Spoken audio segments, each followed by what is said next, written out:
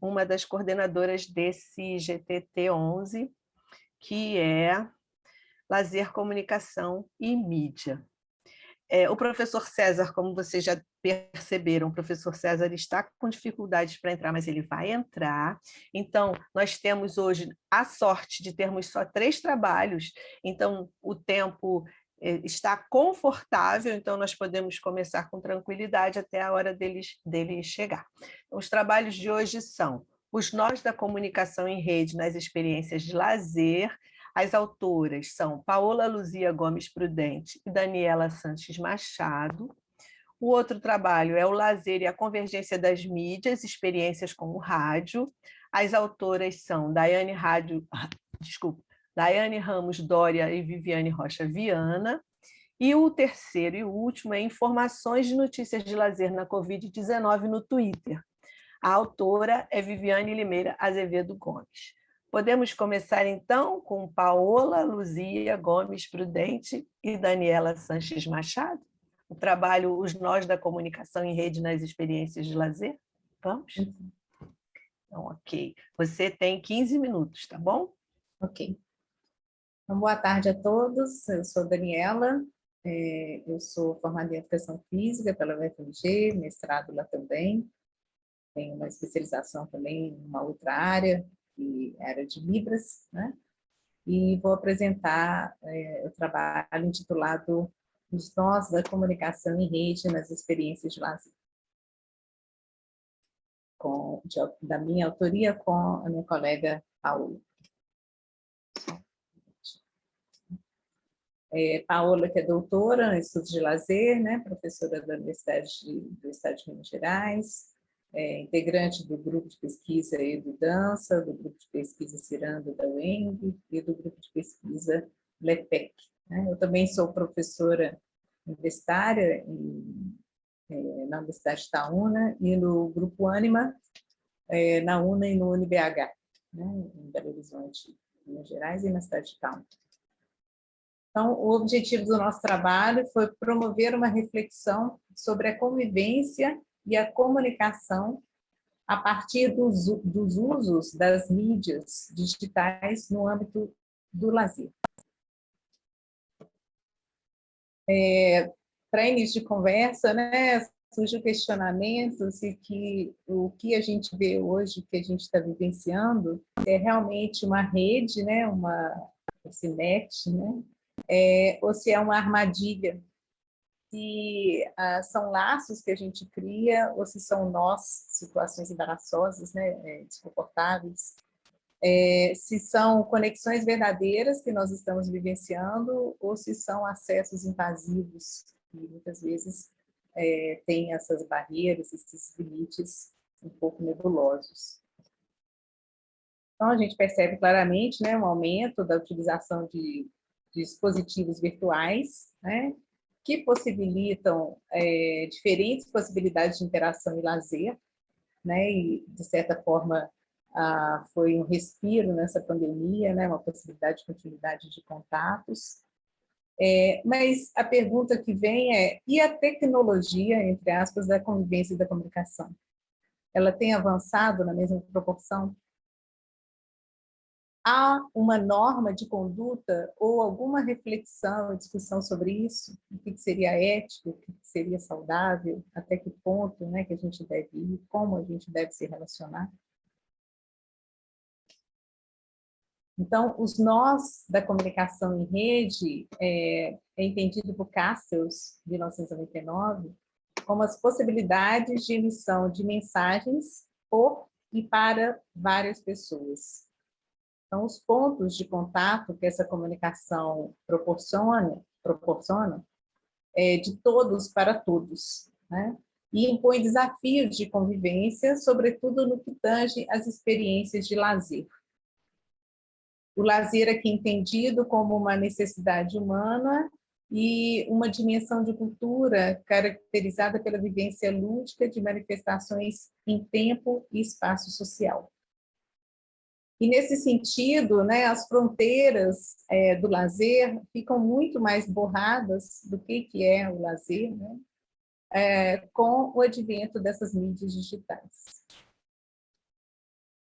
Então, nosso trabalho foi uma pesquisa qualitativa, básica, né? Explicativa, onde buscou-se os principais assuntos que se relacionam aos temas abordados, né? O lazer, convivência, comunicação e cultura digital, ou também chamada de cybercultura por alguns autores. Então, foram selecionados autores especialistas nos assuntos levantados e suas respectivas publicações, né? Artigos científicos, dissertação, livros. Então, a gente percebe que, né, segundo os autores, né, segundo Bosa, 2016, a gente está vivendo numa época, por um lado, marcada por inseguranças, né, por relações superficiais e artificiais, pelo consumismo como uma saída para minimizar ou uma fuga, né, para angústias, frustrações, aquela sensação de vazio, pela apologia à beleza, pelo sucesso, pela fama a qualquer preço, né, pelo número de curtidas, de likes, né, pela exposição das nossas intimidades, onde escândalos, fofocas são coisas vistas com naturalidade, de forma banal até, né? Mas, por outro lado, a gente também tem um aspecto positivo da aceitação de novas configurações familiares, de novos tipos de relacionamento, com o aumento do comércio virtual, a possibilidade de estar em vários lugares ao mesmo tempo, de ter uma informação em tempo real, da convivência virtual, né? Então, são aspectos positivos do compartilhamento instantâneo de dados, né? De imagens, sons, vídeos, fotos e filmes. Então, esses são aspectos positivos. E aí, nesse aspecto, né, diante dessa reflexão, né, surge a necessidade de se tematizar, de se discutir novas culturas, surge uma nova cultura, né? E essa nova cultura tem recebido o nome de cultura digital ou cybercultura, né? Alguns autores colocam esses dois termos de forma distinta e há autor também que coloca como sinônimo.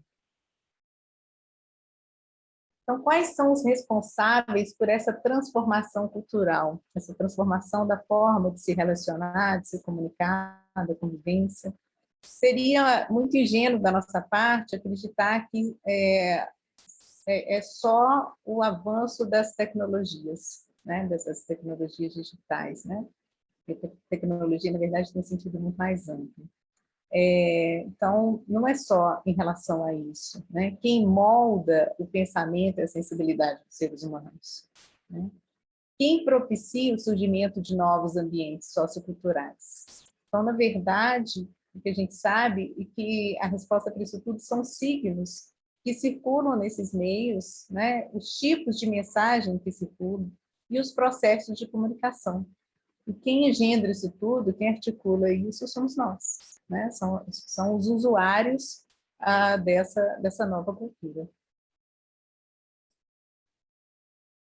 A gente hoje não consegue nem imaginar, né, o mundo desconectado, né? É difícil, é um trabalho que é quase um exercício realmente de imaginação, pensar o cotidiano sem o acesso à internet, sem a presença das mídias digitais, né? Hoje tudo está muito atrelado a isso, né? E elas acabam modulando a nossa forma de viver, a nossa forma de consumir, né? A forma que a gente se relaciona, o ritmo de vida, né? Que a gente tem aqui do lado direito, eu coloquei uma ilustração sobre essa evolução, né? Como antigamente a gente gastava tempo, recebia carta, telegrama, né? Depois era uma ligação, e hoje em dia é instantâneo, né? Perdeu até um pouco, talvez, do romantismo, da expectativa, hoje é tudo muito rápido, muito instantâneo. As mídias, segundo o Sacchini, 2008, elas são apenas ferramentas, né? São contextos e condições ambientais que tornam possíveis novas maneiras de ser, promovendo novas cadeias de valor e novas sensibilidades. Então, pensar a convivência, né, é pensar também nos usos feitos dessas ferramentas e desses espaços. Essa convivência deveria seguir a mesma lógica, tanto presencialmente quanto virtualmente, né? Uma lógica de convivência respeitosa, seguindo valores éticos como justiça, generosidade, responsabilidade, como a forma de orientar essas relações.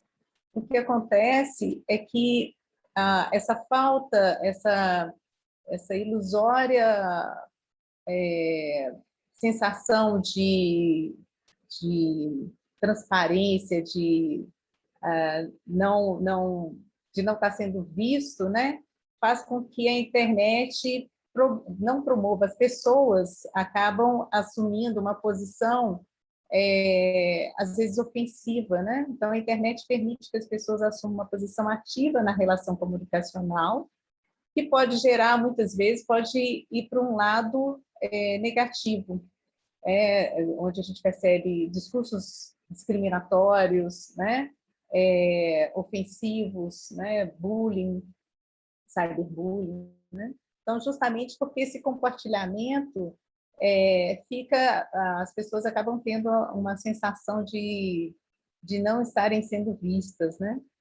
Então, o compartilhamento instantâneo faz com que isso tome uma proporção ainda maior, né?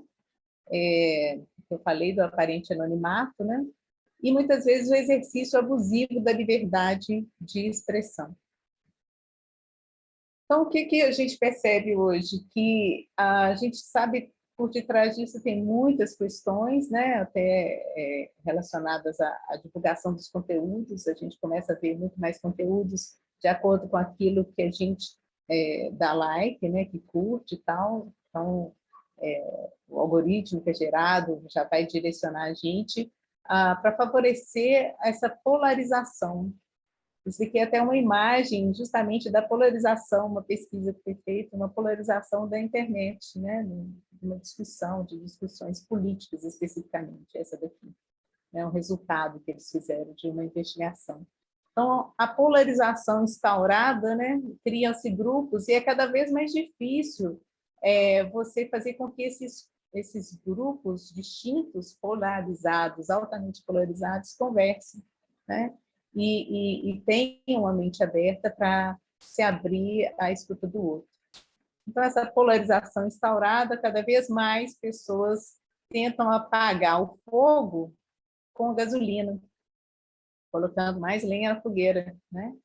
Então, além disso, a gente sabe que muitas vezes, né, a ausência da imagem, da expressão facial, da entonação da voz, né, as comunicações, por exemplo, via conversa de WhatsApp, né, ou o próprio texto, que é o que é a ferramenta predominante na internet, né, de comunicação, seja no Twitter, em outras mídias aí, a gente tem muitas vezes ruídos, né? Então há uma discrepância muito grande em o que está querendo ser dito e o que é entendido.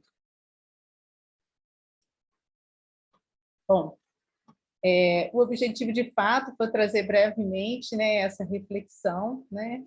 E para se conviver, comunicar-se, contribuir para o surgimento de ambientes socioculturais digitais saudáveis, é preciso repensar posturas para que seja possível se exprimir sem violar os direitos alheios. Uma consciência, né, até um autoconhecimento muito grande em relação à própria pessoa. Né? Valores éticos como respeito, justiça, generosidade, responsabilidade devem pautar as relações também no universo virtual. E aí fica o questionamento final, né? Qual seria a nossa escolha? A que nos conecta à vida e estimula relações humanizadas e saudáveis, colaborativas, que contribuem para o progresso da humanidade, ou a que nos distancia como seres, fomentando e legitimando o trágico ciclo da violência. Obrigada. É isso. Muito obrigada, Daniela. Você faz a gente pensar, você traz as questões e nos faz pensar. Muito obrigada. Agora, então, nós teremos a apresentação do trabalho intitulado O Lazer e a Convergência das Mídias, Experiências com o Rádio, com a Daiane Ramos Doria. A outra autora é Viviane Rocha Viana, que infelizmente não pôde estar aqui conosco. Então, vamos lá. Pronto, vamos sim. Deixa eu só abrir aqui.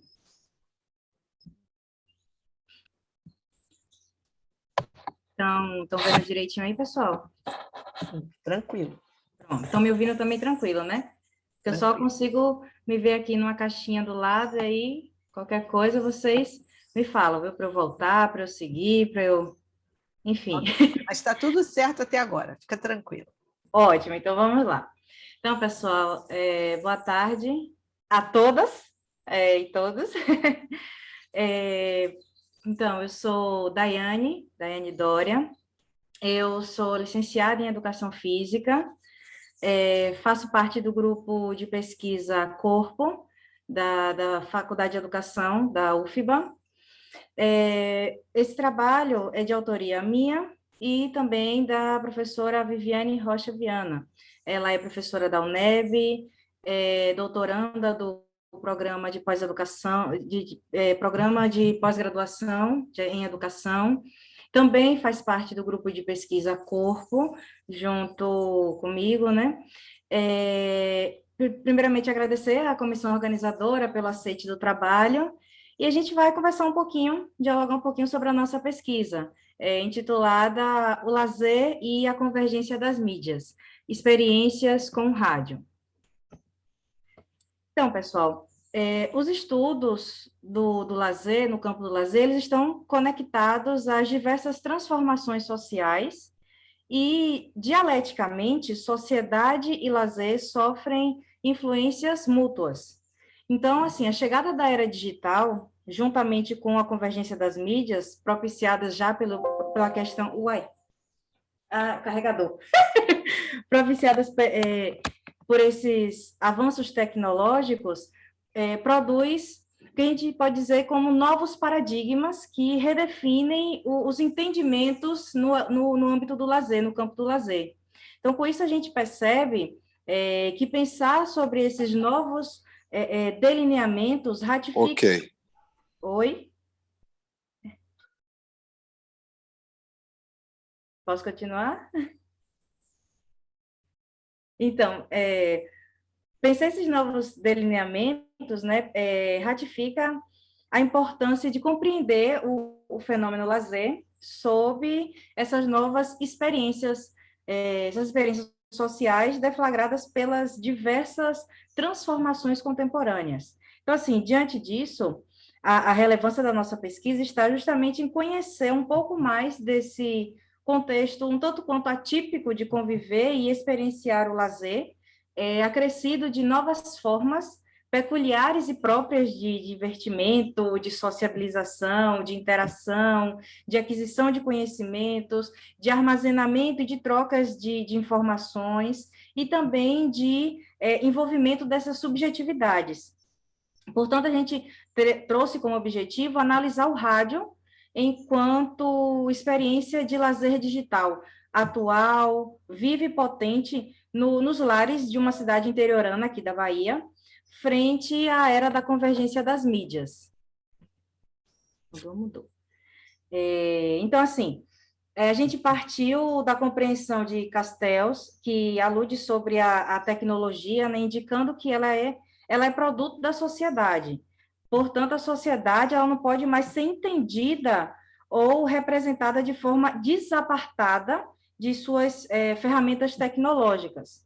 Então, assim, a forma como as práticas sociais acontecem, o tempo destinado ao lazer, os espaços de vivência e os interesses dos aspectos característicos já assimilados ao lazer adquirem também uma nova flexibilização e também uma ressignificação, né? Moldados pela era digital em curso. Então, assim, apoiados em Schwartz e Tavares, a gente compreende que o lazer digital ele pode ser caracterizado por essa velocidade das ações de ampliação dos limites espaço-temporais, conforme foi apontado também no trabalho anterior, né? Aumentando exponencialmente as relações comunicativas, favorecendo, então, novas e diversificadas opções de interação social.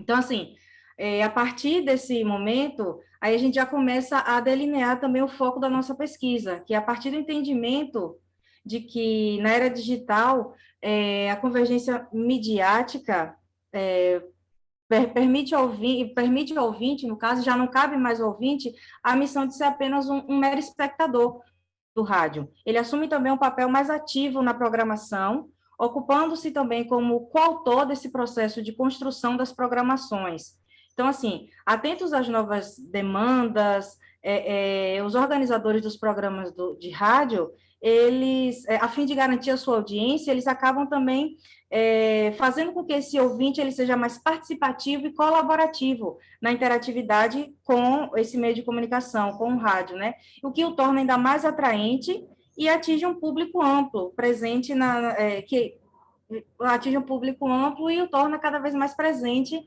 nos lares das famílias brasileiras há quase 100 anos, como aponta Neuberger.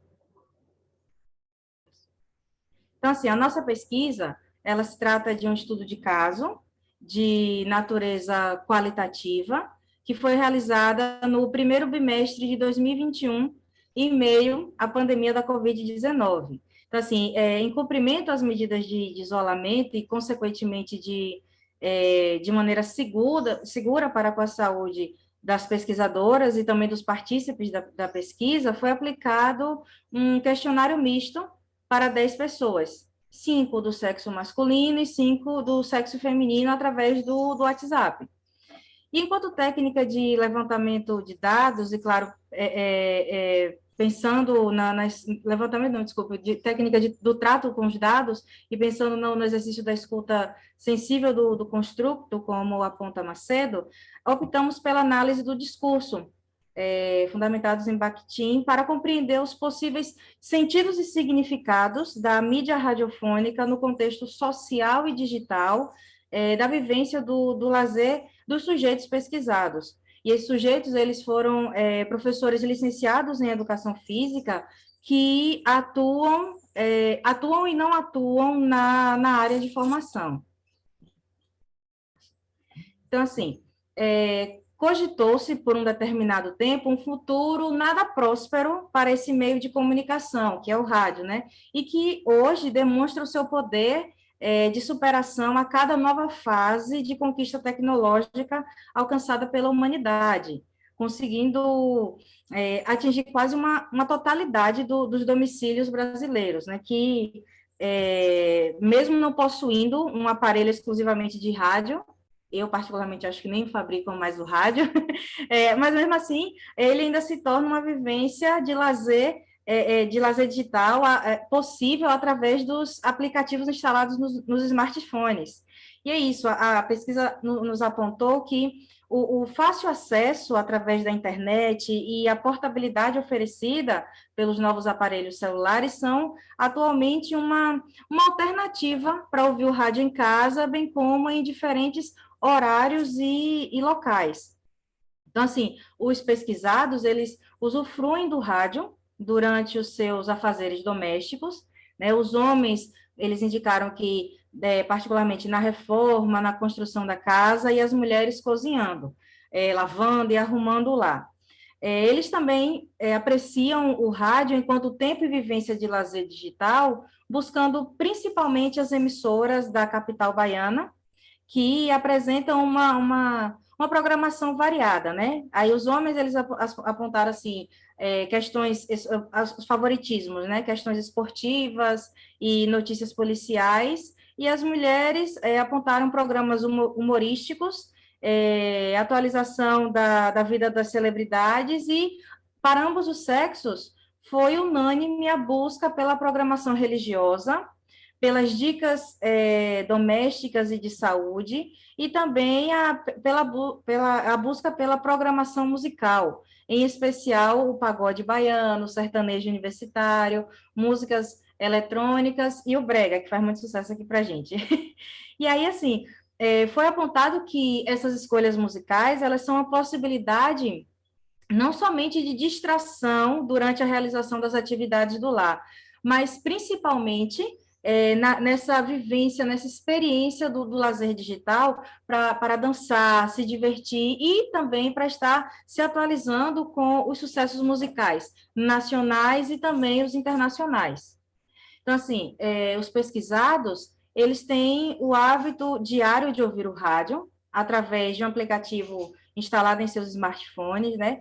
E aí, partindo da concepção de Dumas Edier, de um tempo livre, desobrigado das atividades familiares, religiosas e sociais, os partícipes da nossa pesquisa, eles consideram que usufruem do rádio como uma vivência de lazer, porque suas experiências transitam de forma síncrona e assíncrona perante a interatividade, ou seja, quando aguardam o momento de pedirem suas músicas favoritas, quando participam de enquetes para a eleição da música do dia, ambas atividades, mandando áudio para o WhatsApp, né, da rádio, que eles estão ouvindo, e aí, por que eles consideram isso também, e qual o retorno dessa vivência de lazer? A pretensão maior deles é justamente saírem do anonimato e se fazerem presentes, mesmo que de maneira virtual, independente dessa fisicalidade do corpo, se fazerem presentes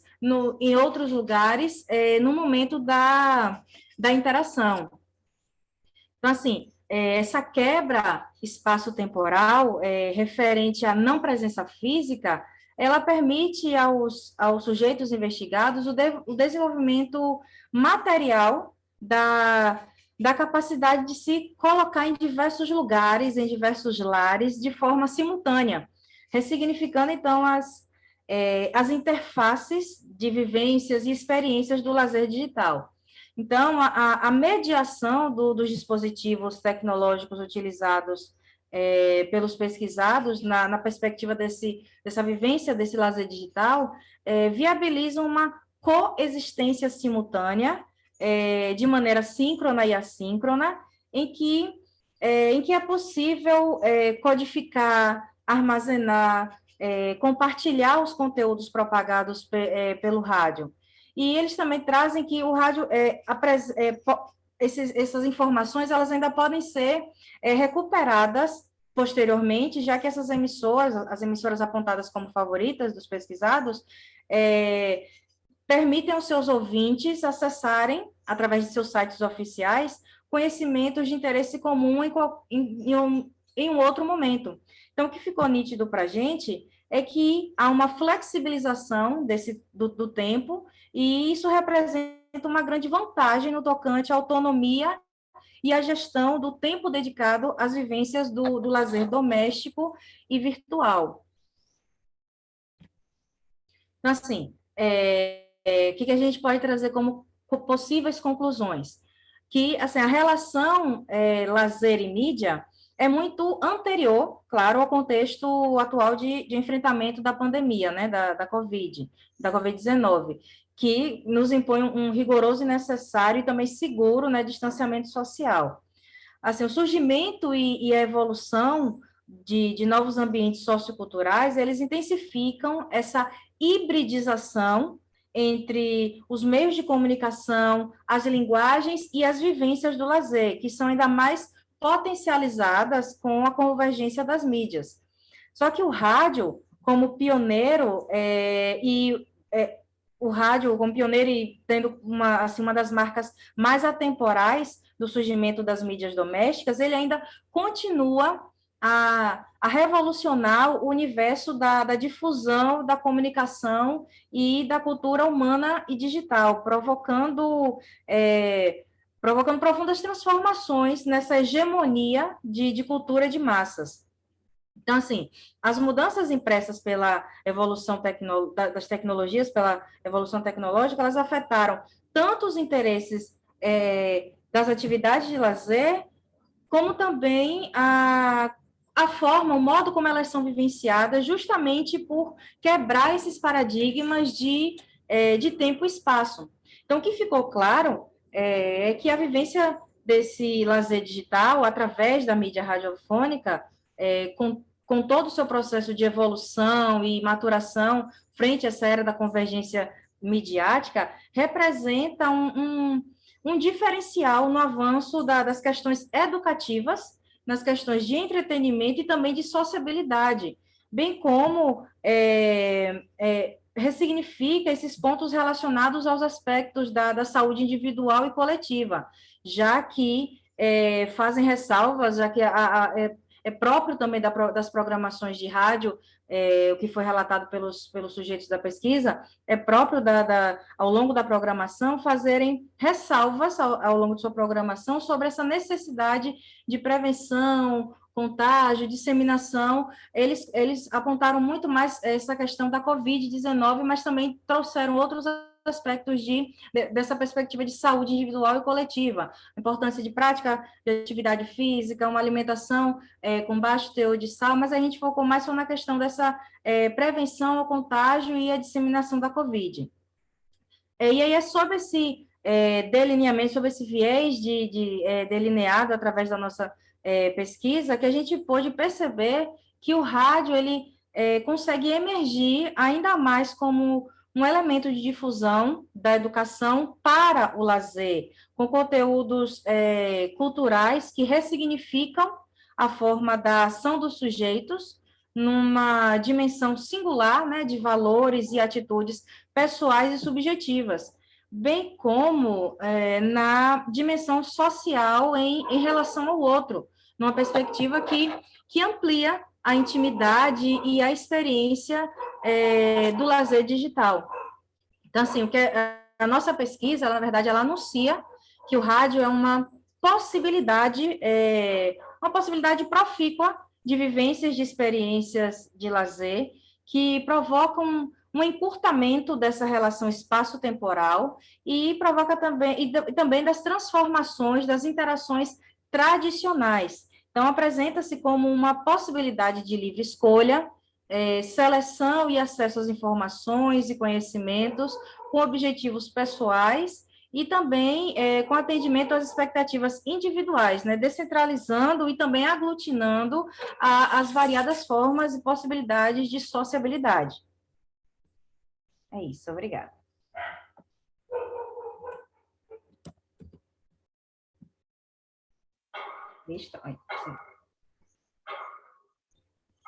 Fiquei um pouquinho nervosa, viu, gente? Desculpe aí. Não precisa ficar nervosa, muito obrigada, foi ótima a sua apresentação. Eu só queria destacar que o professor César está aqui conosco, depois de ter enfrentado aí algumas dificuldades, felizmente ele conseguiu chegar. E aí, professor, quer dar uma boa tarde para o pessoal? Olá, você me ouve, Ângela? Sim, estamos te ouvindo. Bom, tivemos uma dificuldade inicial de acesso, mas bastante tranquilo, afinal de contas, estávamos sob a coordenação da professora Ângela Bretas. Então, eu quero fazer uma breve saudação a todos que estão apresentando o trabalho nessa tarde, parabenizar pela aprovação no nosso GT. Vamos seguindo e logo mais adiante eu faço uma breve fala mais qualificada sobre a nossa saudação. Vamos em frente, a palavra está contigo, professora Ângela. Obrigada, meu querido, muito obrigada. Ótimo você ter conseguido chegar. Agora, nós vamos ter a apresentação da Viviane Limeira Azevedo Gomes, com o trabalho intitulado Informações de Notícias de Lazer na Covid-19. Viviane, fique à vontade. Obrigada. Vou compartilhar aqui a apresentação com vocês.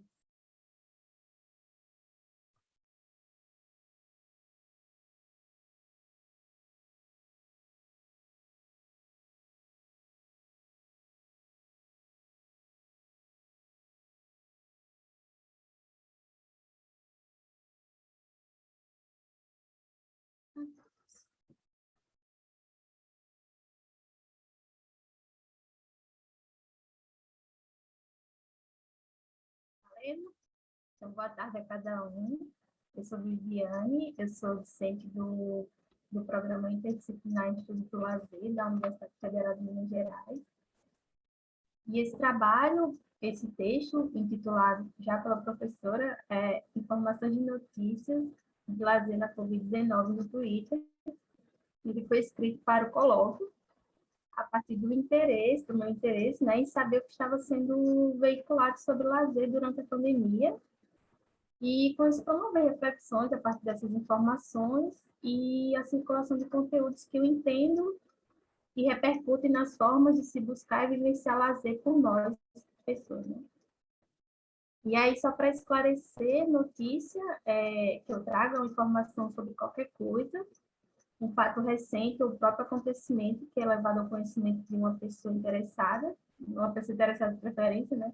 E, nesse caso, notícias que informassem sobre lazer no contexto da Covid-19. E aí, na introdução, eu trago um contexto bem breve da pandemia, para apresentar os temas do título, né? Em relação a dados, o primeiro caso do Brasil foi em fevereiro de 2020, mais de um ano.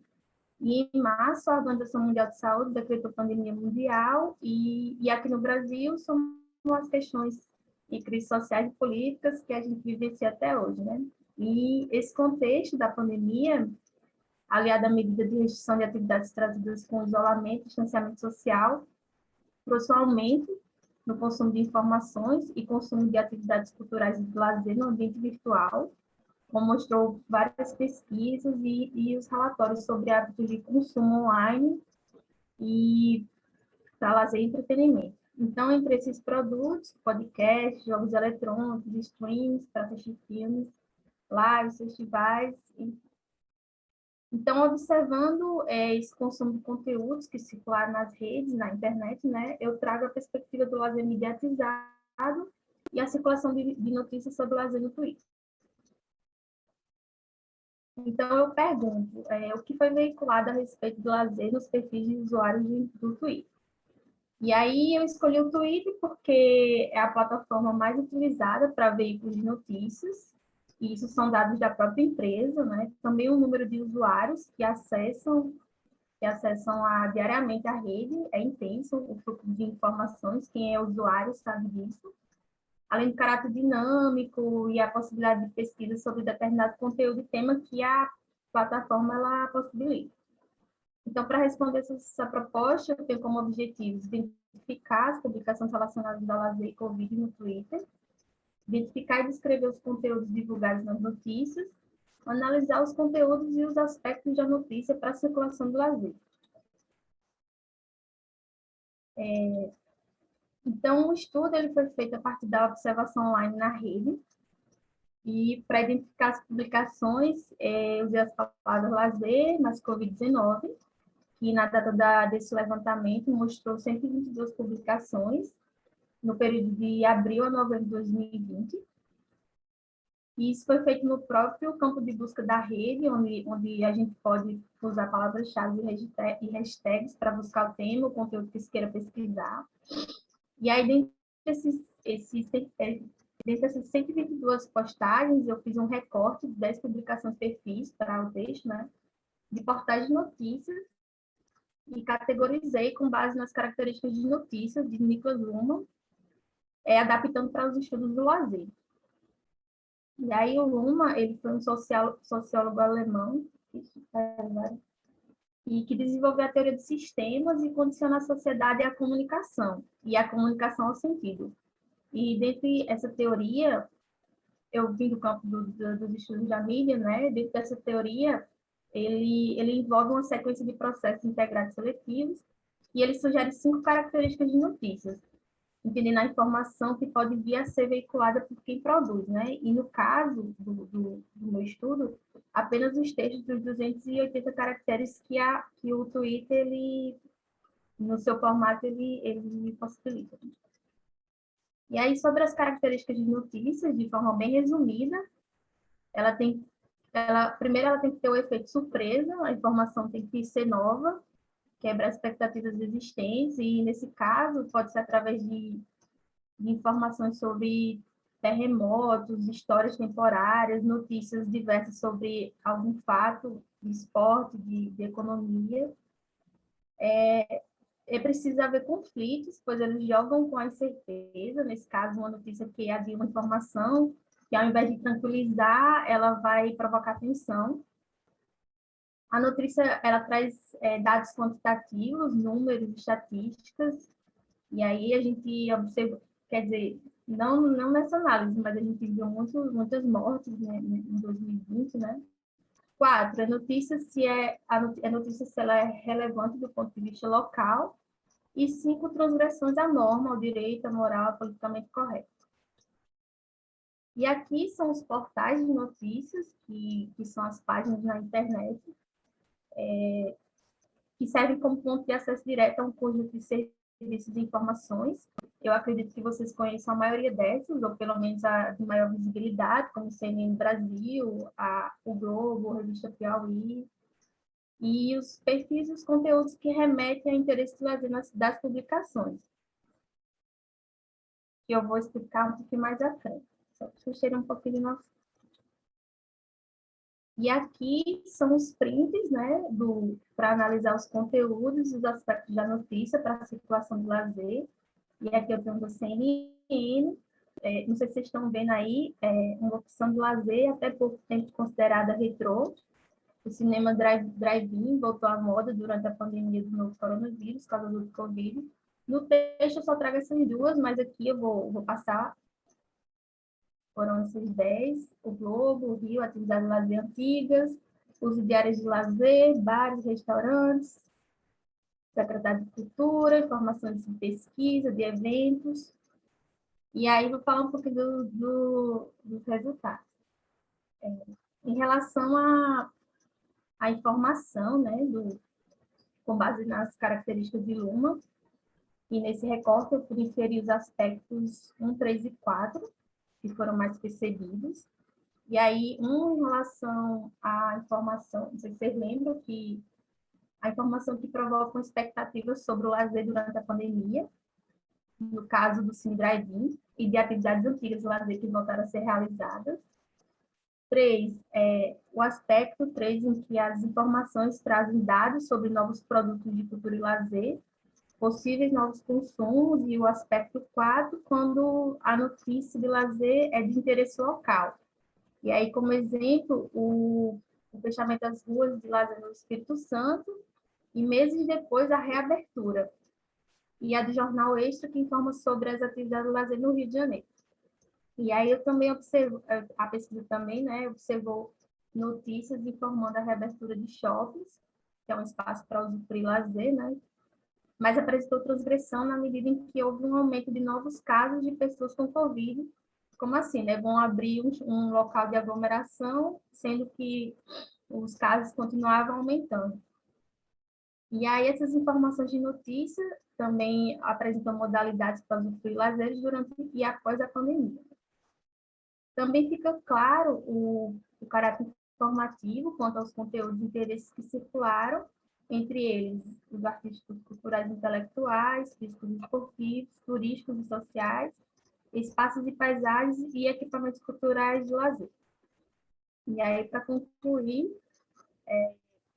a análise ela observa a circulação do lazer por portais de notícias no Twitter específico, né, que são empresas de mídia, tem que deixar claro, mas que divulgam lazer na seção informativa e de cultura, né, para o usuário, não específico. As informações de notícias, elas apresentam modalidades para usufruir lazer, como eu já falei, durante e após a pandemia, em que eu entendo que essa perspectiva, ela confere a rede Twitter como mídia e espaço que promove a circulação e mediatização do lazer, né? E no que compete aos conteúdos de interesses culturais, como eu falei no slide anterior, ele possibilita pensar o lazer como um fenômeno que está inserido nos ambientes e no processo de mediatização que a gente foi consumido, assim, né? E aí, só para esclarecer também, que ficou muito resumido no texto, a escrita, falando já para quem teve a oportunidade de ler, e aí eu vou tentar, após o debate, publicar numa revista, análise completa, E é isso. Obrigada, o meu Twitter, e vamos ao debate. Muito obrigada, Viviane, muito obrigada. Professor Augusto César Leiro.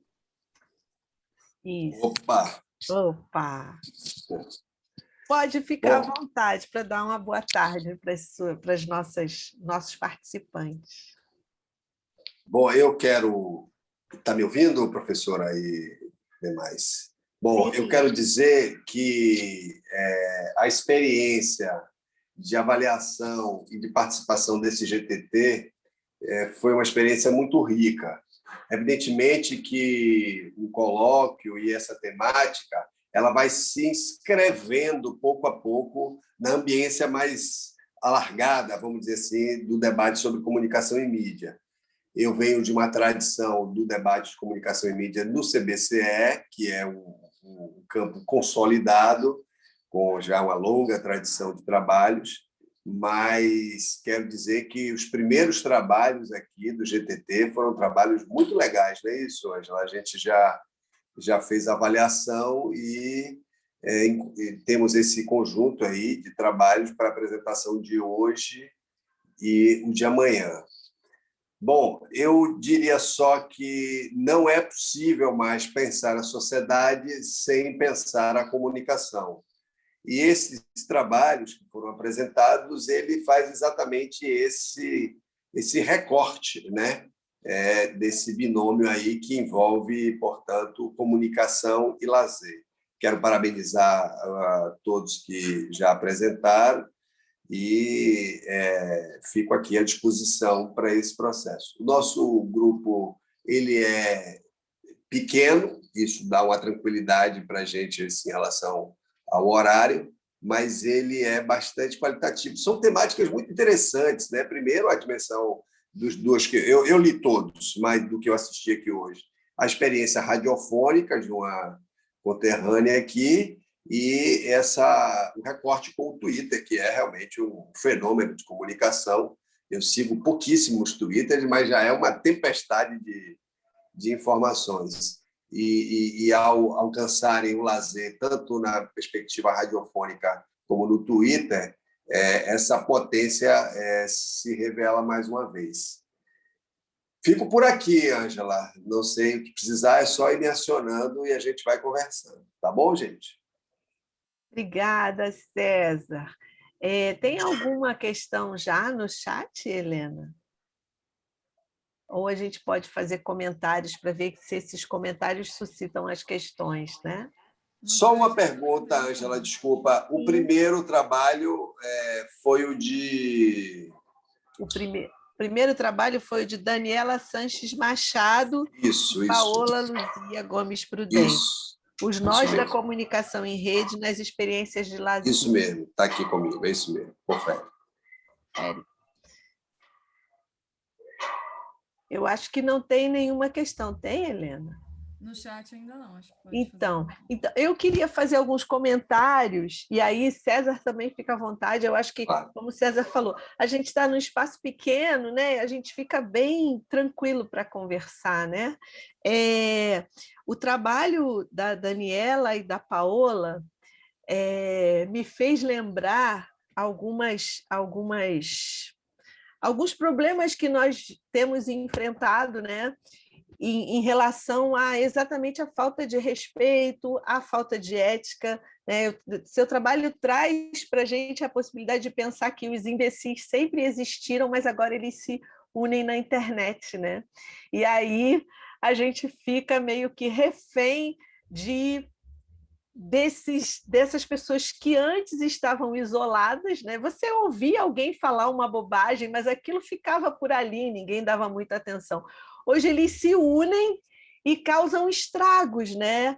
E isso o trabalho de vocês traz essa perspectiva de uma convivência ética e respeitosa que, nesse momento, me parece impossível, né? Porque não há medidas, né? Você fala no o exercício abusivo da liberdade de expressão. Chega a um momento que não é mais liberdade de expressão, né? Assim, é uma outra coisa, é maldade, é perversidade, é ofensa, é o exercício da perversidade, né? Que as pessoas mais frágeis emocionalmente não suportam, né? Você é como se você estivesse na janela o tempo inteiro e aí você está vulnerável, né? A tudo. Aqueles mais fortes sustentam, aqueles mais fracos não resistem. E a gente tem histórias de pessoas que entram em depressão e até se matam por conta disso, né? O trabalho de vocês me deu essa, de certa maneira, uma angústia, né? Porque ele aponta justamente para essa necessidade de uma convivência, no mínimo, respeitosa, que a gente já perdeu, né? A gente já perdeu. Muito obrigada. Vou comentar, Paola. Quero, gente, boa tarde. Boa tarde. Desculpa, hoje eu estou com uma internet bem ruim, a Ângela começou a falar, eu caí, consegui retornar agora, o negócio aqui não está muito bom, mas é um prazer estar aqui com vocês, é um prazer participar, né, dessa mesa com você, Ângela, também. Sou uma pessoa que acompanha muito seus podcasts, gosto muito também. E, na verdade, eu sou professora, né, ainda da educação básica, e essa é uma preocupação que me aflora assim, todos os dias, dentro das escolas, né? Quando você fala dessa perversidade, isso dentro da escola isso fica muito mais evidente, né? E todos esses problemas de convivência, eles são aflorados, e principalmente quando a gente fala da convivência virtual. Então, na verdade, esse trabalho ele partiu de uma inspiração de um programa anti-bullying na escola que atualmente eu leciono, e que a partir desse programa a gente começou a estudar um pouco sobre a perspectiva de uma convivência mais ética, né, dentro da escola também e fora da escola a partir dessa convivência virtual. E uma coisa que a gente tem sempre tentado trazer, né, levantar uma bandeira mesmo, é de que as relações que se estabelecem, independente se essas relações são no ambiente virtual ou não, né, são, na verdade, relações que a gente tem que estabelecer mesmo essa perspectiva um pouco mais ética, né, e principalmente em relação à comunicação. E aí alguns estudos que a gente tem se tomado como base assim falam muito da linguagem, né? E como que a linguagem é importante nesse processo comunicacional. E a gente percebe que no lazer isso também acontece, porque de fato as pessoas utilizam muito mais essas ferramentas digitais agora no âmbito do lazer, inclusive nesse momento que a gente está vivendo, como a própria colega trouxe no último trabalho, né? Então, esse período pandêmico aí fez com que, independente se você gosta ou não de se comunicar a partir das mídias sociais, das redes sociais, você acabou tendo que né, se entregar a essa perspectiva, porque era uma saída também. E o que seria de nós se nós não tivéssemos essa possibilidade nesse momento, né? E quando a gente traz essas relações em termos da comunicação, como que a gente, às vezes, tem dificuldade de se expressar?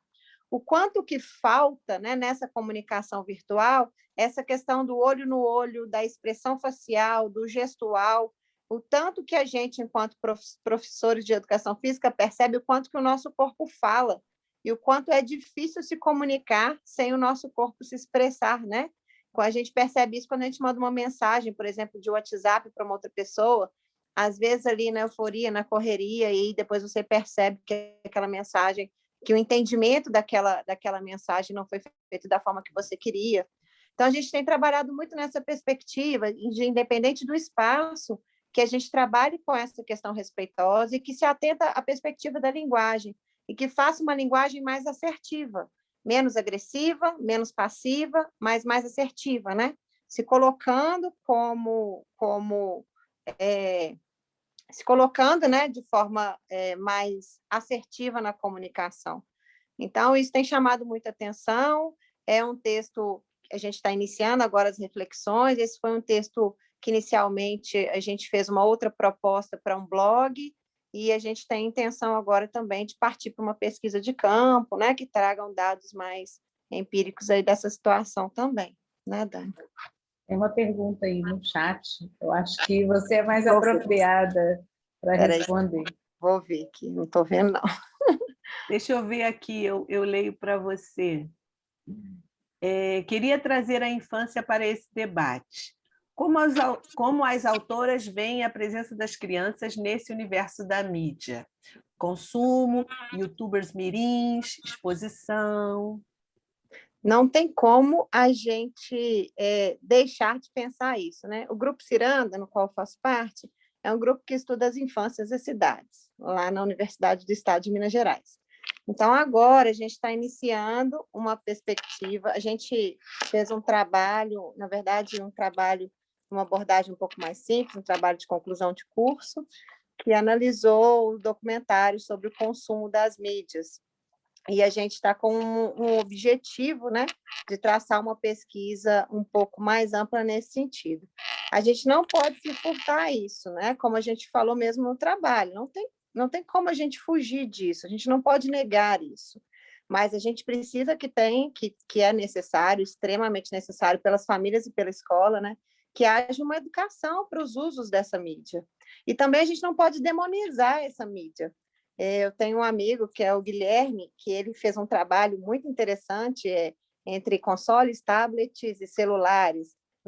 Fez uma pesquisa de campo aqui no CT, no colégio, no Centro Pedagógico da UFMG, e ele coloca isso, que a maioria dos estudos que mostram para a gente os maiores desafios do processo da relação da criança e do adolescente, né, das juventudes e das infâncias, com a mídia digital, são trabalhos que, na maioria das vezes, não são trabalhos empíricos, não são trabalhos que foram a campo realmente entender essa situação, são trabalhos dentro do arcabouço mais teórico.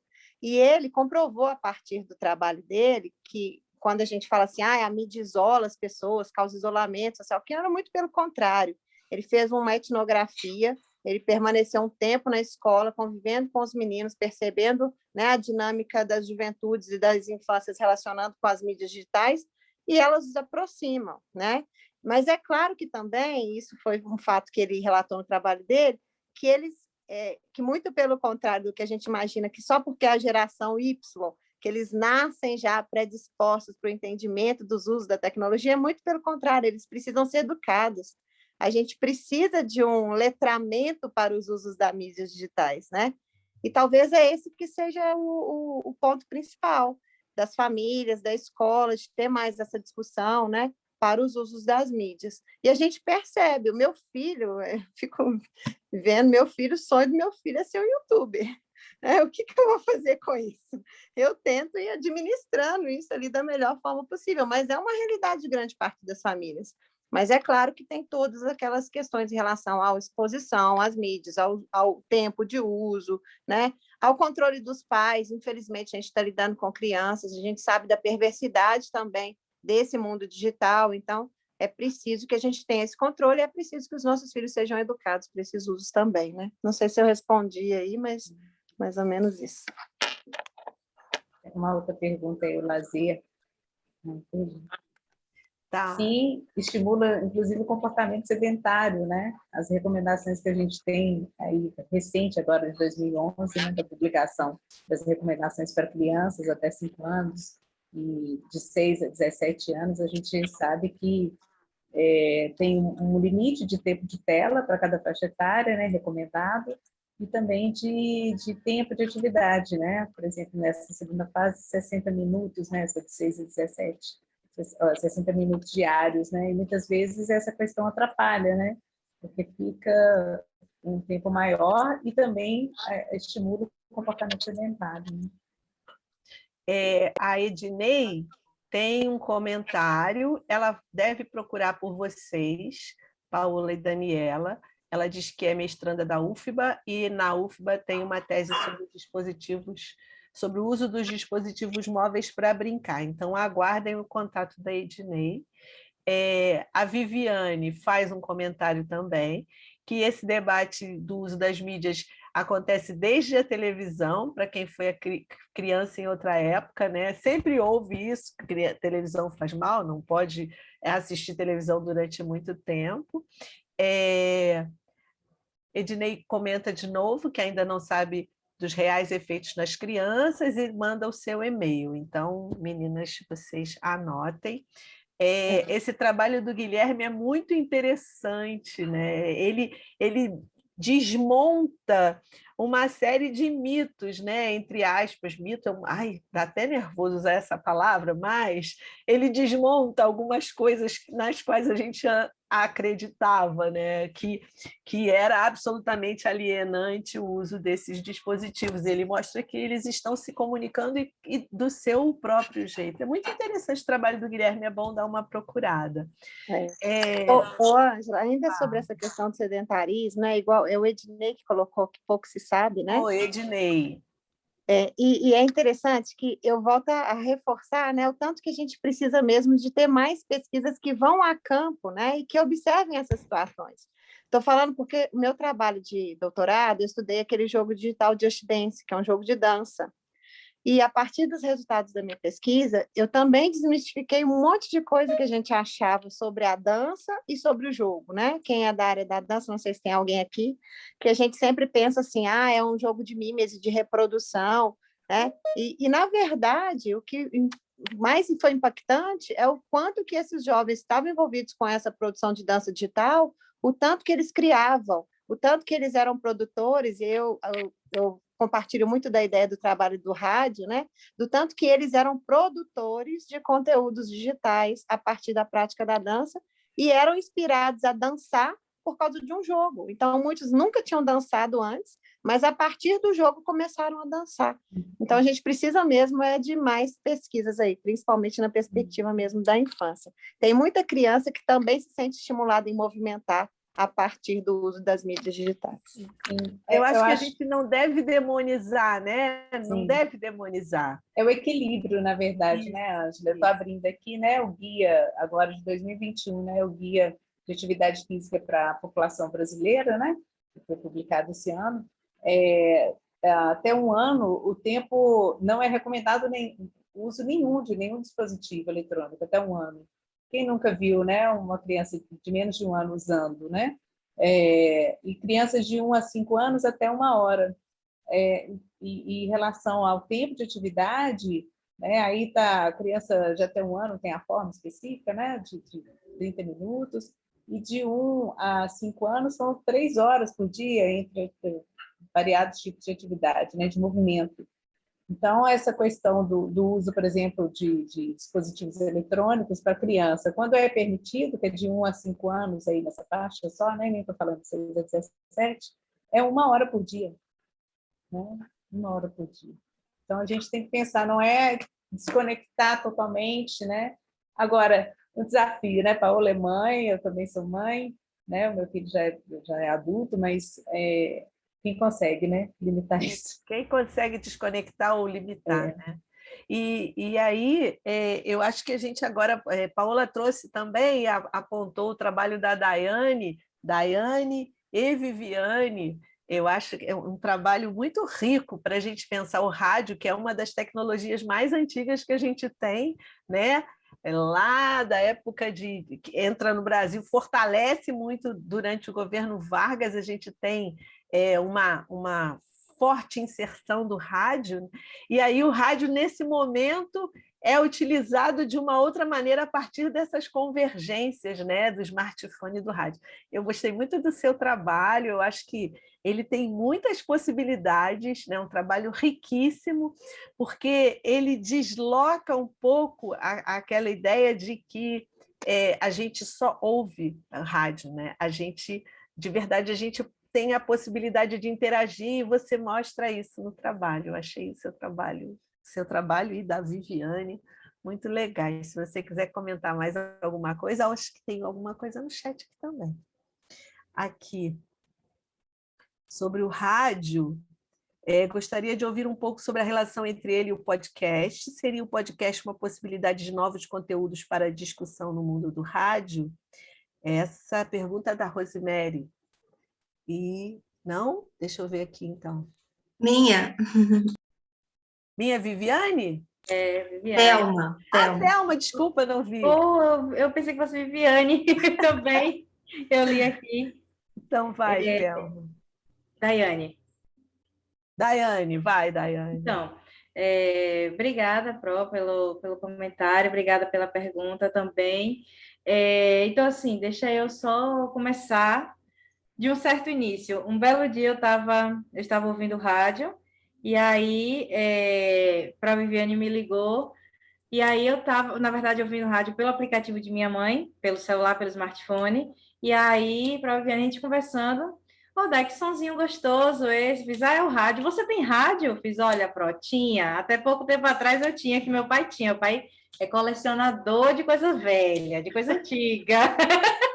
Aí a gente brincou, riu. Ô, Dai, que legal e tal. Aí eu comentei, eu acho que eu sou a única pessoa desplanada, porque na verdade é a cidade do interior da Bahia, né? Sou a única pessoa desplanada que ouve rádio. Ela não é, não. Vamos ver, vamos investigar.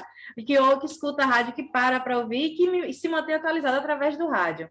Vamos investigar. Então, essa atividade, ela surge assim, ó, do nada. Essa pesquisa, do nada, por nada, com nada, não foi uma inquietação de leitura. E aí a gente começou primeiro a fazer as leituras. Eu tinha finalizado o mestrado em educação, finalizei o ano passado, e aí aproveitei as discussões de uma disciplina de educação e tecnologia e comecei a dialogar com a Pro Viviane sobre isso. Comecei a amadurecer, né, e nós começamos a amadurecer e dialogar sobre isso. Aí eu falei, Pro, eu acho que é interessante, não só por essa ideia de curiosidade, se realmente sou eu que escuto rádio, mas para a gente ver, entender esse rádio como essa perspectiva desse lazer digital e desse lazer doméstico. Aí aproveitei e li alguns textos de Schwartz, de Vitor Mello, sobre cinema, televisão, rádio, e sobre essa questão dessa possibilidade, dessa ampliação dessa vivência do lazer, e já pude perceber que ainda é um tema muito inicial dentro do que a gente tem formulado, fundamentado como experiência de lazer, através do que a gente pôde, do arcabouço que a gente trouxe, teórico. E aí ela surgiu nesse contexto, a gente foi delineando, as perguntas foi fazendo, a gente selecionou, delimitou o grupo a ser investigado, enfim. Então, assim, ela surge nesse sentido. E aí, dos questionamentos que, ao longo no processo final, foi que a Viviane até comentou assim, será que a gente não pode fazer um podcast do nosso resultado, do nosso trabalho e comentar? E aí eu fui me inteirar do que realmente era um podcast. Coincidentemente, o professor Cori começou a disparar vários podcasts no nosso grupo de WhatsApp. Aí eu comentei assim, olha, a gente precisa tomar cuidado com o que a gente conversa aqui no WhatsApp, com o que a gente pensa, que eu acho que o professor Cori anda monitorando a gente de todas as formas. Então, eram os podcasts da professora Ângela. E aí, o primeiro que, basicamente, tiete de professor Cori, o primeiro que eu fui ver foi o dele. E aí, fui começando, nem tinha finalizado ainda o texto, e fui começando a ouvir, a me apropriar ainda mais e pensar sobre essa nova perspectiva desse lazer. E, assim, eu acredito que esse podcast é também uma possibilidade, é uma convergência midiática e é uma possibilidade dessa vivência de lazer. O rádio, ele possui essa grade de programação de forma linear, e o podcast, ele é produzido e consumido sob o que a gente chama, sob demanda. Então, assim, eu acredito que eles servem como uma forma complementar, como uma forma de aliar esse processo de sociabilidade, esse processo de desenvolvimento da nova perspectiva de lazer, porque o rádio, ele ainda é muito, muito procurado, muito buscado, mais por conta das suas programações, mais por conta da musicalidade, das informações, mas em contrapartida o podcast também ele acaba sendo procurado por conta dessa forma dinâmica de tratar um conteúdo, de tratar uma informação, de uma forma muito mais leve, muito mais atrativa, E esse processo de sonorização que envolve ambos, ele é muito, ele consegue, o que eu chamo de chegar junto. Ele consegue, é como se literalmente a gente estivesse ali ouvindo aquelas duas pessoas conversando, é como se a gente estivesse participando da discussão. Quando professora, eu digo, falo de professora Ângela, porque é o podcast que eu escuto sempre, viu, gente? Quando ela vai falando, aí eu falo assim, mas também tem isso e isso. Ou eu nem tinha pensado desse lado. Poxa, que legal. Ah, não, mas eu ainda complemento. E assim, eu fico conversando como se eu estivesse ali no meio da conversa. E é o que basicamente acontece também com o rádio. Então, eu acredito que eles... É como uma forma de difusão, de organização dessa nova possibilidade de lazer. E um vem no sentido de complementar, de acordo com a necessidade individual também, e com o que eu entendo como experiência de lazer. Eu não deixo o meu rádio, mas eu também virei fã de podcast. Bom, no que me toca, estou muito feliz. Muito obrigada. Pronto, escuto tudo e fico aqui nervosa, ansiosa, empolgada com os próximos. E aí, acho que foi Thelma que falou sobre o podcast, né?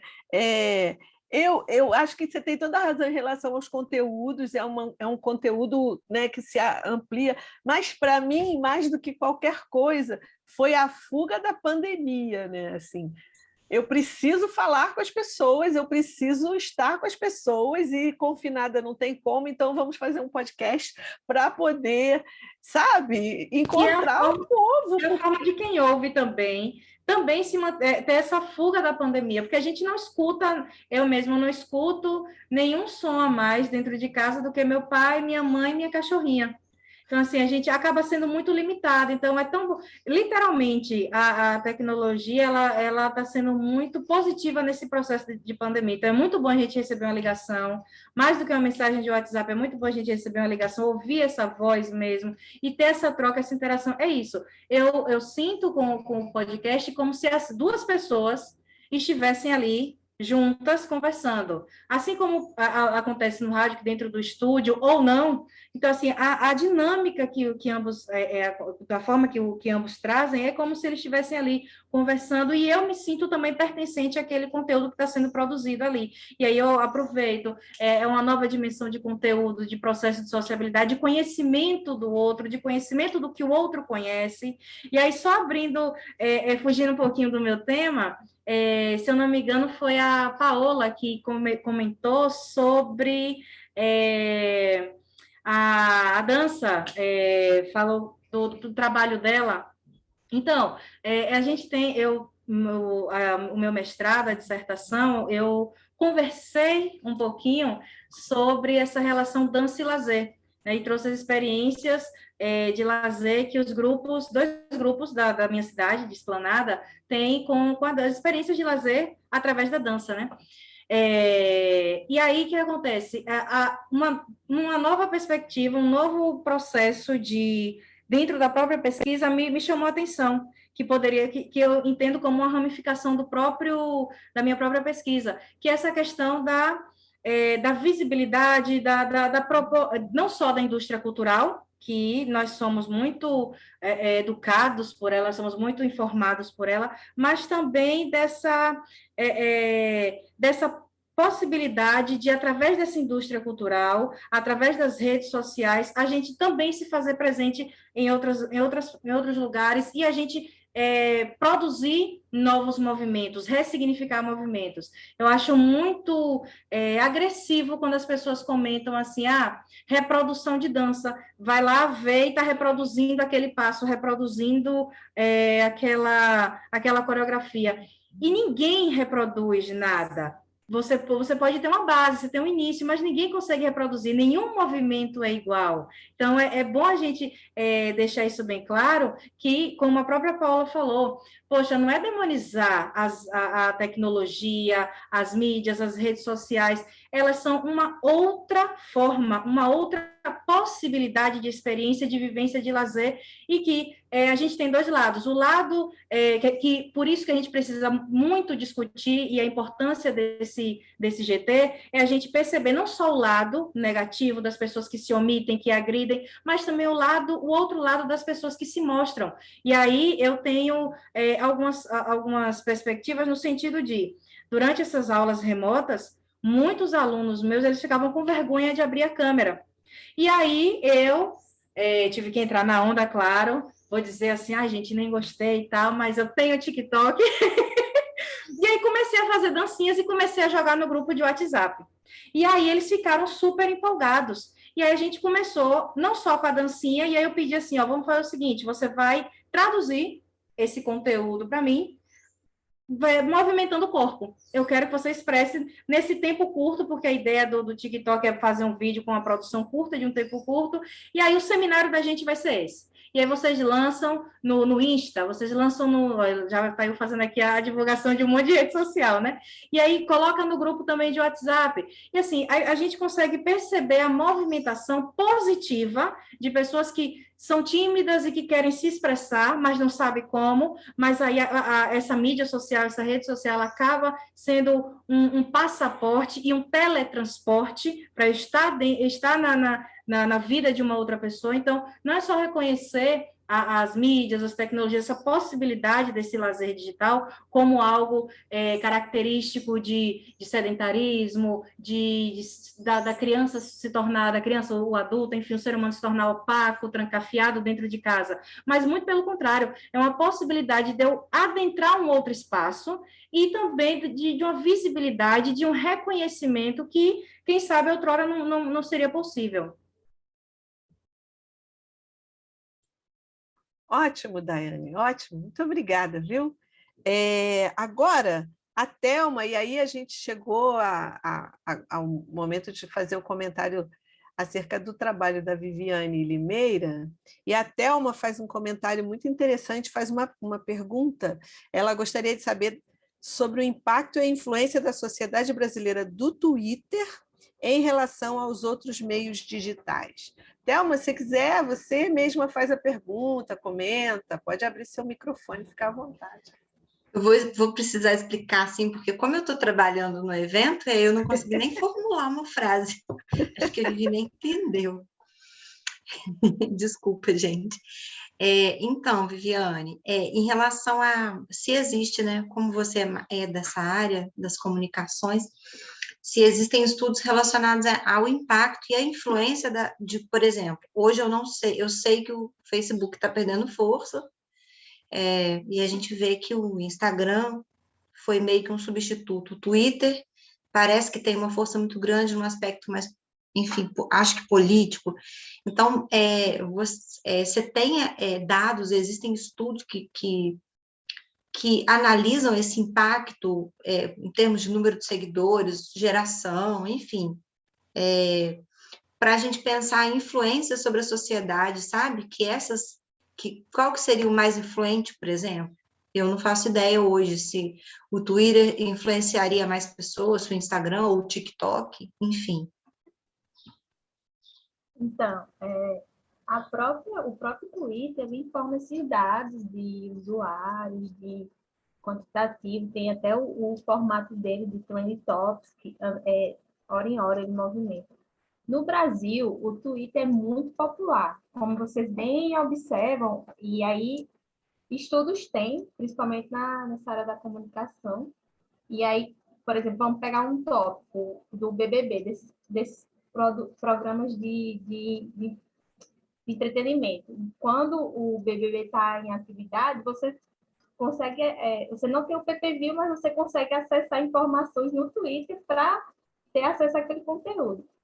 Então, assim, acho que no Brasil tem o Brasil é o segundo país mais popular em relação a usuários que consomem o Twitter.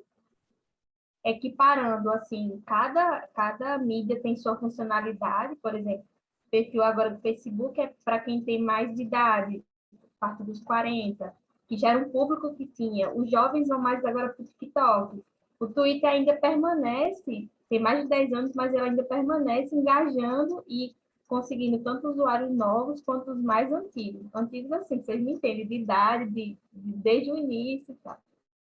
E, assim, o impacto provavelmente tem um impacto muito forte em relação à política, principalmente a polarização que a gente observa, né? Enfim, por exemplo, eu estudo mídias e é caótico. É briga, é tudo que a Daniela falou, de desrespeito acontece. E o Twitter é uma fábrica de bots, de robôs, e é isso. Não sei se respondi, Thelma. Eu sinto que no âmbito da política ele tem uma influência muito grande, né? Tanto ele quanto o Facebook tem essa polarização que é movimentada por redes políticas. Assim, tem vários estudos, sim, tanto na questão econômica, política, de direito, da comunicação, principalmente. E, assim, tem.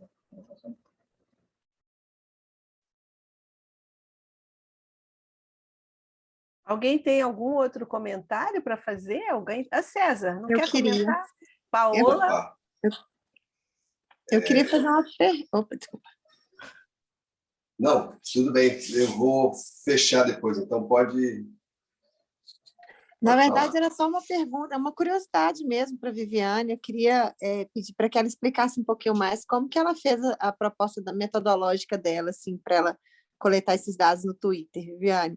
É mais por uma curiosidade mesmo. Eu tenho trabalhado com a plataforma TikTok e queria entender um pouquinho como que você chegou assim, a conseguir selecionar esses dados para fazer a análise. Assim, o TikTok eu não conheço, eu entrei, mas não gostei, acho que não é o meu perfil. O Twitter, ele abriu para pesquisa, tanto que tem uma área para pesquisadores. No meu caso, como eram poucas publicações, eu fui mesmo no campo de busca da plataforma. Você coloca assim, já no Google, busca avançada no Twitter, ele direciona, se você tiver o perfil no Twitter, e aí você vai coletar, você coloca uma palavra-chave que você tem interesse, conteúdo, tema. No meu caso foi lazer e Covid, mas você pode fazer qualquer tema, que ele vai aparecer as publicações, os perfis, usuários, e tem todas as categorias na própria plataforma, na própria mídia. Obrigada. César? Opa, então, a minha passagem é uma passagem de fechamento para dizer o seguinte: os trabalhos, como a gente pode observar, são trabalhos que, de fato, eles se articulam com a temática, né? Ou seja, o binômio reivindicado no GTP, ela foi alcançado pelos trabalhos, ou seja, lazer e comunicação. Evidentemente que, do ponto de vista teórico-metodológico, os trabalhos eles atenderam a expectativa, né? Mas todos cabem, né, um aprofundamento, e eu sei também que, para efeito desse trabalho, não se pode aprofundar muito, é muito um recorte, né, por causa dos caracteres, etc. e tal. Mas eu, primeiro, sobre o primeiro trabalho, de fato, há uma potência, né, a ser aprofundada na medida em que, como eu dizia antes, nós temos distintos caminhos, né, a percorrer nesse processo. Algumas questões, inclusive, que foram levantadas logo no início do trabalho, foram questões assim, né, duais, né, isso, aquilo e tal, eu entendi como uma provocação das autoras, e elas depois amarraram bem esse caminho, e, portanto, quero parabenizá-las. O trabalho sobre o rádio, né, eu tenho até uma formação no radialismo, e é realmente enfim, são distintos os caminhos. A opção que foi feita foi uma opção pouco verificada, né? Ou seja, você dialogar com pessoas para saber exatamente como é que é essa recepção, né, e a diversidade que foi apresentada no trabalho, informações relativas a notícias, a músicas, a conexões religiosas, enfim, não há a menor dúvida que, mesmo passado tanto tempo, e mesmo com vamos dizer assim, as ideias que diziam de uma forma ou de outra que o rádio estava com seu tempo contado, com a chegada da televisão e depois com a própria internet, de fato, essa mídia radiofônica, ela não só sobreviveu, como ela tem uma capacidade, uma versatilidade muito grande, na medida em que talvez seja uma das poucas onde a gente pode fazer múltiplas coisas ao mesmo tempo, né? Então, você pode cozinhar e estar ouvindo rádio, você pode estar no carro, você pode estar ouvindo rádio. Portanto, a receptividade sobre onde se encontram esses conteúdos, realmente permite uma variação de investigações sobre o tema. O recorte que foi feito foi um recorte genérico, né? Amplo, né? por Dai, que eu conheço daqui, uma pesquisadora potente, e o trabalho sobre o Twitter, né? Esse trabalho, eu acho que a própria Thelma, quero aproveitar para te agradecer, Thelma, pela mediação tecnológica aí para a chegada aqui no ar, ela já frisou bem isso, né? Se trata de um suporte, né? uma potência de veículo que realmente ela é determinante sobre o fato, né? Então, foi-se o tempo onde você saía à busca de uma informação. O Twitter, portanto, se consolidou, inclusive os próprios veículos, como todos, reproduzem as notícias, sobretudo do mundo político, né, a partir dessa, vamos dizer assim, dessa plataforma. Então, eu acho que a busca que foi feita foi muito interessante, também quero parabenizar. Enfim, agora, em todos os casos, eu queria só sublinhar uma questão, né? É importante que, primeiro, o acesso, é preciso também que a gente problematize nos trabalhos esse acesso, porque o caminho privado de acesso a essas plataformas deixa rastros e informações que cada vez mais servem como plataformas comerciais de circulação de informação, de dados.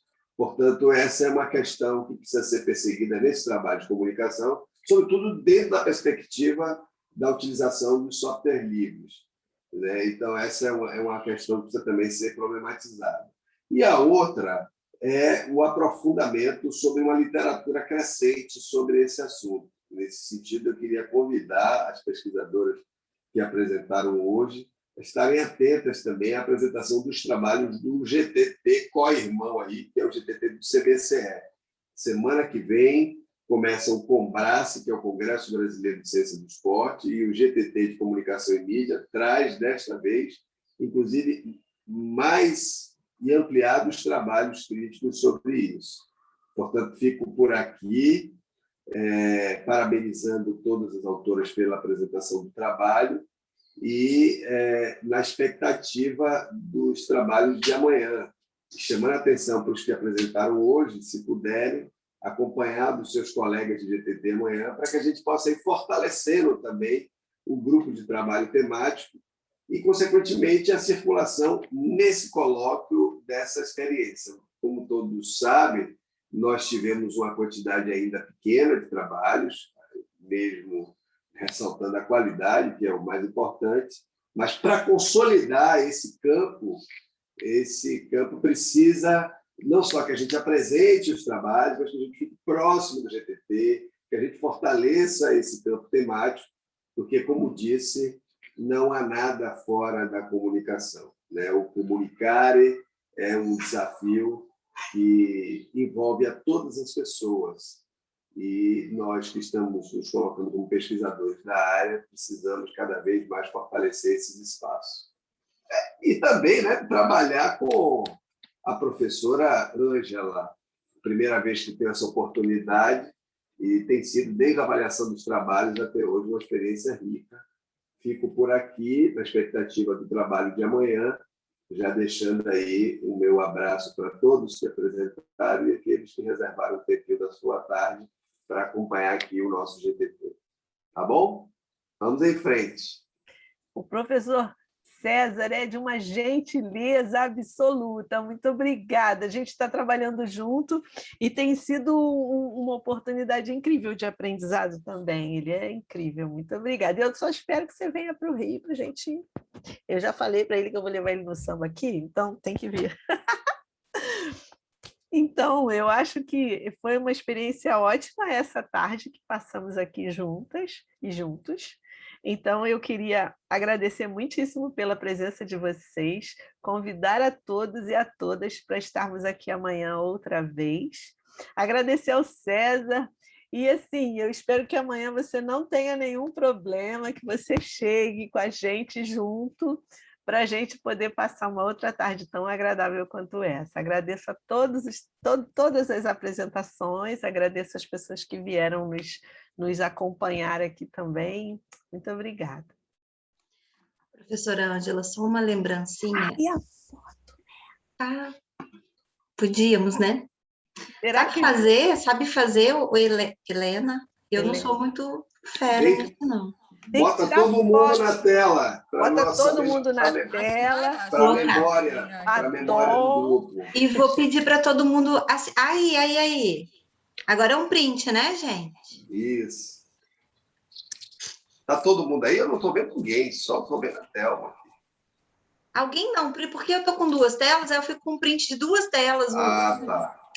Helena vai fazer então, Helena, o print? Ó, eu tô mandando fazer aqui, mas eu acho que tá. Peraí. Quer que eu faça? Deixa eu ver aqui. Por garantia. Não tá aparecendo nada que foi, mas eu acho que foi. Todo mundo assinou a lista? A gente que apresentou também assina? Acho que sim, gente. Sim. Assina por... Eu assinei. É bom. Lerinho, obrigada pelas considerações. Agradecer também a Ângela, ao César, a Daniela e a Paola, que conheci agora, né? Daiane, acho que eu conheci no outro evento. Obrigada. Obrigada a vocês, então. Um beijinho e até amanhã. Beijo, obrigada a todos. Obrigada, pessoal. Até amanhã. Tchau, tchau. Tchau.